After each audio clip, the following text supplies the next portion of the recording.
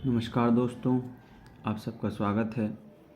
आज इस video lecture में हम जॉन गाल्सवर्दी के कुछ इम्पॉर्टेंट प्ले या वर्क जो उनका है उनको डिस्कस करेंगे।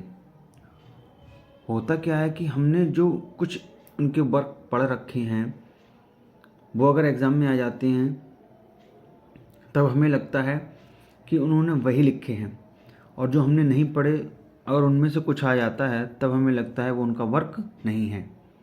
जैसे पंच एंड गो है तो ये बहुत कम एग्ज़ाम में पूछा जाता है। अगर इसको पूछ लेते हैं कि निम्नलिखित दिए गए वर्कों में से कौन सा वर्क जॉन गाल्सवर्दी का नहीं है, तो हम क्या करेंगे, हम इसको टिक कर देंगे कि ये उनका नहीं है। ऐसा क्यों? क्योंकि हमने इसको पढ़ा नहीं होता और हमें लगता है उनका वर्क नहीं है और हम क्वेश्चन गलत कर देते हैं। तो उसी को मैं दूर करने की कोशिश करूँगा इस वीडियो के माध्यम से। इन सभी वर्क को मैं एक स्टोरी के ज़रिए कह लो या ट्रिक कह लो, उस तरीके से लिंक करने की कोशिश करूँगा कि आप कभी भी जब इसको पढ़ेंगे तो आपको पता चल जाएगा कि ये जो जॉन गाल्सवर्दी का वर्क है। ठीक है, तो चलिए शुरू करते हैं। इसको हम किस तरीके से याद करें, अगर आप पे कोई अपना तरीका है याद करने का तो बेटर है, अगर नहीं है तो इस तरीके से भी आप याद कर सकते हैं। चलिए देखते हैं स्टोरी के माध्यम से।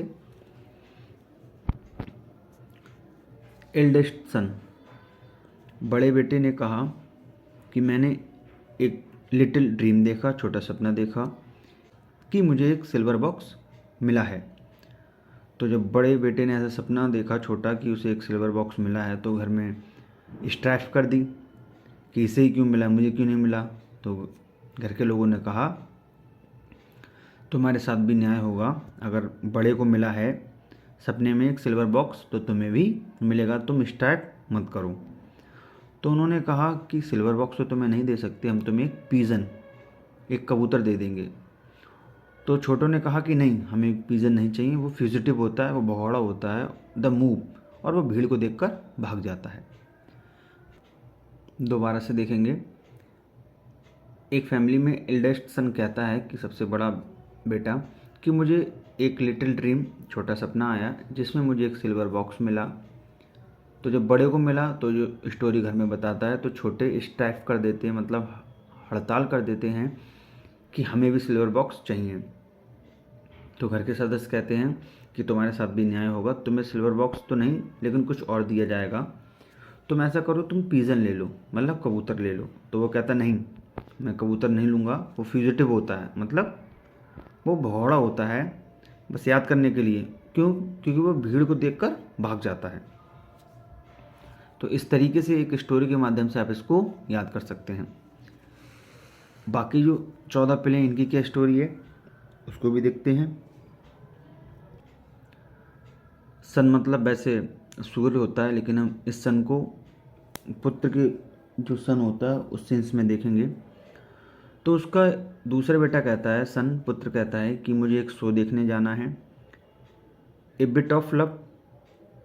तो उसके फैमिली वाले कहते हैं कि लव चेहरे पे जब फाउंडेशन लगाओ, मतलब स्किन पे जब फाउंडेशन लगाओ तभी होता है।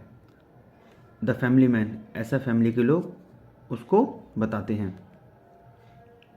वो कहता है ये मेरा फर्स्ट और लास्ट शो है, ये मेरा फर्स्ट और लास्ट शो है, आप मुझे मत रोकिए। पंच एंड गो, या तो मुझे पंच मारिए या जाने दीजिए। डिफीट, मैं आपसे वादा करता हूँ कि मैं हार नहीं मानूंगा और मैं जाके मानूंगा इस शो को देखने के लिए।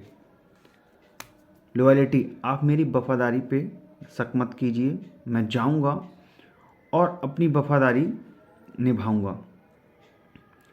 मैं इस जिम्मेदारी से नहीं बच सकता, मुझे ये शो देखने जाना ही है। एस्केप मिस, बच सकता है या बचना किसी चीज़ से, तो मैं अपनी इस जिम्मेदारी को निभाऊंगा और मैं अपनी इस जिम्मेदारी से नहीं बच सकता, मुझे ये शो देखने जाना है।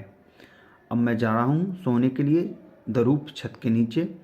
सुबह मैं विंडो से निकलकर द फॉरेस्ट, और फॉरेस्ट के रास्ते होते हुए वो शो देखने चला जाऊँगा।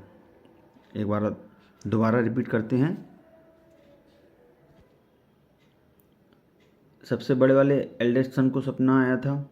इसी तरीके से अब फिर दूसरा उसका बेटा कहता है, द सन कहता है कि एक शो लगा है, ए बिट ऑफ लव, वो मुझे देखने जाना है।